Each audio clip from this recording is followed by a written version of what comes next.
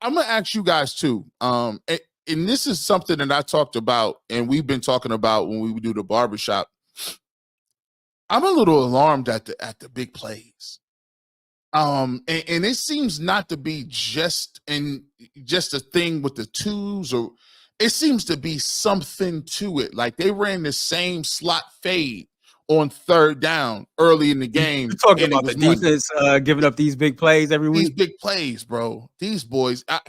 It just seems like, is it just me? Put a 1 in the chat if you think G. Bush is just overanalyzing, or do you think like these big plays is a symptom, or what is it with the defense with big plays? Maybe I'm tripping. Put a 1 if you think the big plays is kind of bad, and put a 2 if you like, nah, G. Bush, you just being the Duke and jerk. Throw it in there. I think it'll be mixed, because I could go back to last season, even in the game, some of the games that we won, it'd be like, damn.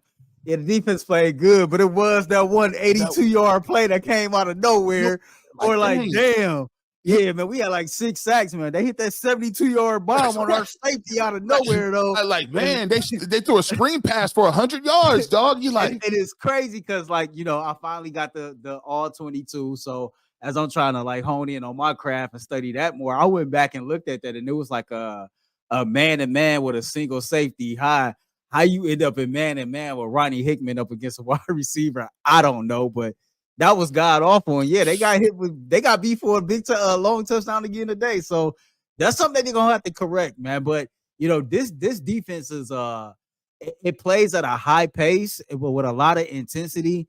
They take a lot of chances, man. And when you play with that high of a motor, sometimes you do make yourself subject to giving up the big play.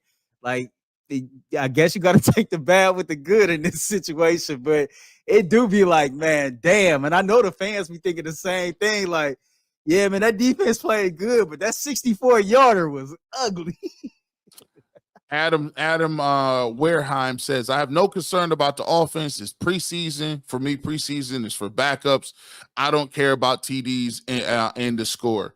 Look, I always push back. Like, don't we have to push back? Like, don't we have to say we had PJ Walker starting last year, and you can say we had the injury bug? I'm sitting here telling you now injuries, when you playing that many games, Earl, you're going to miss 3 to 4 games. It just is what it is. Like, we used to trip on Denzel Ward all the time.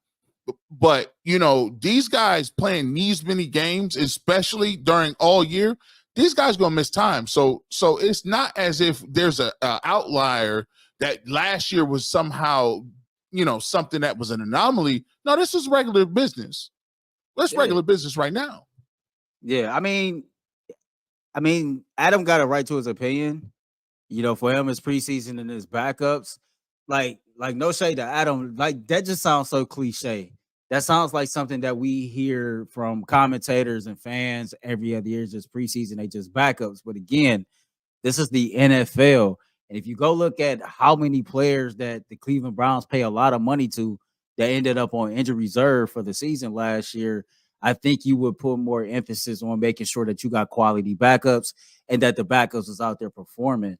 I think that when you also say that it's preseason and they're just backups, I think you're doing those backups a disservice, because you have to understand those backups are trying to be employed, whether it be with the Cleveland Browns or with somebody else. And so you better believe that they go on out there playing hard with max effort and trying to make this team or another team. They understand what type of time they on. They understand the temperature in the room. No, they are not starters, but they still got a family to feed, and they still got a roster spot that they're trying to earn. I just wouldn't be so quick to like just shut it down to it just being backups in the preseason when we know damn well players get hurt every single week. Well, let's take a look at our poll question. Ain't even no poll question. We just got the numbers right here. Shout out to 430 people being in here right now to be truthful, bro. That's a dope for a preseason game. And so we salute y'all for jumping in here. I asked you guys to put 1 in the chat if you thought it's a lot of big plays, man. A lot of big plays, too, if it's just a preseason and G. Bush is tripping. So let's take a look at these ones. All right, we got a couple ones. Let's see what we're doing. The ones is cooking.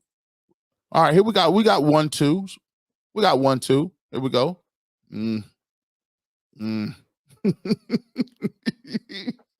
These ones,